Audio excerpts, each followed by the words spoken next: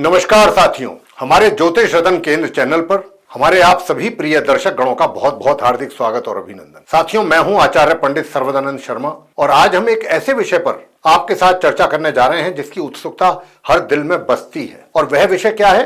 वह विषय है कि मेरी शादी कब होगी। यह है विषय। तो जी हां साथियों, विवाह जीवन का एक बहुत ही महत्वपूर्ण फैसला होता है और अगर आप जानना चाहते हैं कि आपकी शादी कब और कैसे होगी तो आज का ये जो वीडियो है आपके लिए बेहद खास रहने वाला है। तो इस वीडियो में हम ये चर्चा करेंगे कि अंक ज्योतिष के आधार पर किन किन तरीकों से शादी की सही उम्र का पता किया जा सकता है। लेकिन आने वाले वीडियोस में बताएंगे कि अलग अलग मूलांकों के व्यक्तियों का विवाह किस उम्र में होगा, उनका वैवाहिक जीवन कैसा रहेगा, उनके लिए आदर्श जीवन साथी कौन होगा, शादी में देरी के संभावित कारण क्या हो सकते हैं और अगर शादी में देरी हो रही है तो उन्हें क्या उपाय करने चाहिए। तो पहले इस वीडियो को आप देखिए और समझिए कि मूलांक कैसे निकाला जाता है और फिर अपने मूलांक के अनुसार आगे के वीडियो भी आप देखिएगा।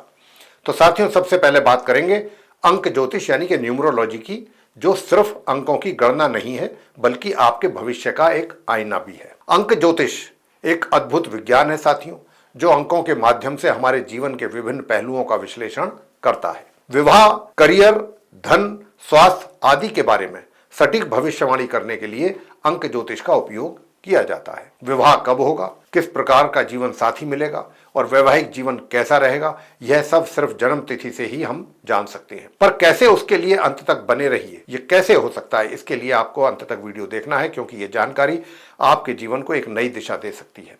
साथियों, अंक ज्योतिष में जन्म तिथि का एक विशेष महत्व होता है। क्या आप जानते हैं कि केवल आपकी जन्म तिथि से ही आपके जीवन के अनेक रहस्यों का पता लगाया जा सकता है। जी हां, अंक ज्योतिष में आपकी जन्म तिथि एक अत्यंत शक्तिशाली संकेत है जो आपके स्वभाव, व्यवहार, भविष्य, विवाह, करियर और भाग्य के कई पहलुओं को उजागर करता है। अंक ज्योतिष में जन्म तिथि केवल एक तिथि नहीं है बल्कि यह आपके जीवन की आत्मिक कुंजी है जो आपके व्यक्तित्व, भाग्य और भविष्य को समझने में आपकी मदद करती है। तो अगली बार जब आप अपनी जन्म तिथि देखें तो उसे सिर्फ एक तारीख ना माने बल्कि एक दिव्य संकेत समझिएगा जो ब्रह्मांड ने आपके ही लिए चुना है। तो चलिए अब आप बात करते हैं अंक ज्योतिष यानी कि न्यूमरोलॉजी की उस गूढ़ विद्या के विषय में जिससे विवाह की भविष्यवाणी की जा सकती है। और इसमें सबसे अहम भूमिका निभाती है तीन मुख्य संख्याएं। नंबर 1 मूलांक, नंबर 2 भाग्यांक और नंबर 3 नामांक। तो आइए हम सबसे पहले जानेंगे कि मूलांक क्या होता है, जिसे अंग्रेजी में रूट नंबर भी बोलते हैं, और इसे कैसे निकाला जाता है। तो साथियों, किसी भी व्यक्ति का मूलांक उसकी जन्म तिथि के अंकों को जोड़ करके निकाला जाता है। यह अंक हमारी प्रकृति, स्वभाव और जीवन की दिशा को दर्शाता है। मान लीजिए आपकी जन्म तिथि है किसी भी महीने की 23 तारीख, तो इसको कैसे जोड़ेंगे? 23 को हम ऐसे जोड़ेंगे 2 जमा 3 यानी कि 2 + 3 = 5। तो आपका मूलांक हो गया 5। अब एक और उदाहरण देखते हैं। अगर आपकी जन्म तिथि किसी भी महीने की 11 तारीख है तो 1 + 1 = 2। तो इस स्थिति में आपका मूलांक बनेगा 2।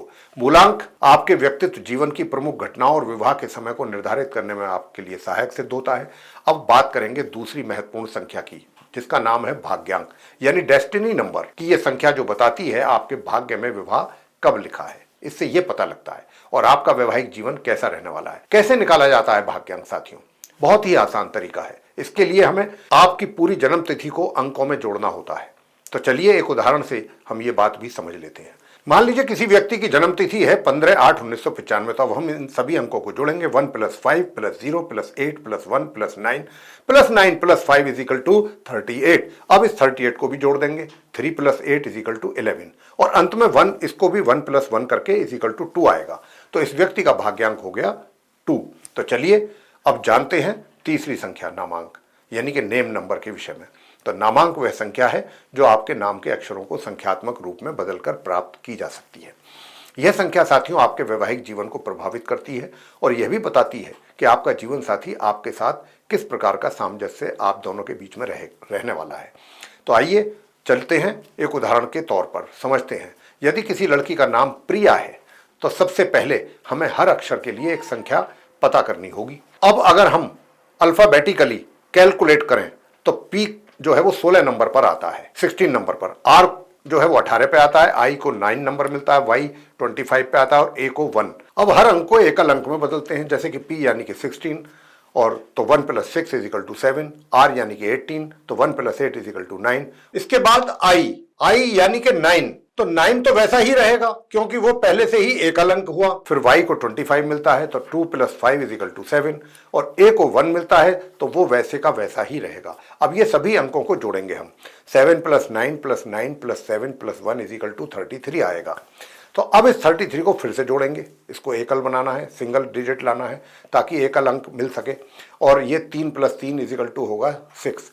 तो प्रिया का नामांक हो गया 6। कुल मिलाकर समझने वाली बात यह हुई कि मूलांक बताता है व्यक्ति के स्वभाव के विषय में, और भाग्यांक बताता है व्यक्ति का विवाह कब होगा, और नामांक ये बताता है कि व्यक्ति को कैसा जीवन साथी मिलेगा और उसके साथ किस तरह का रिश्ता रहने वाला है।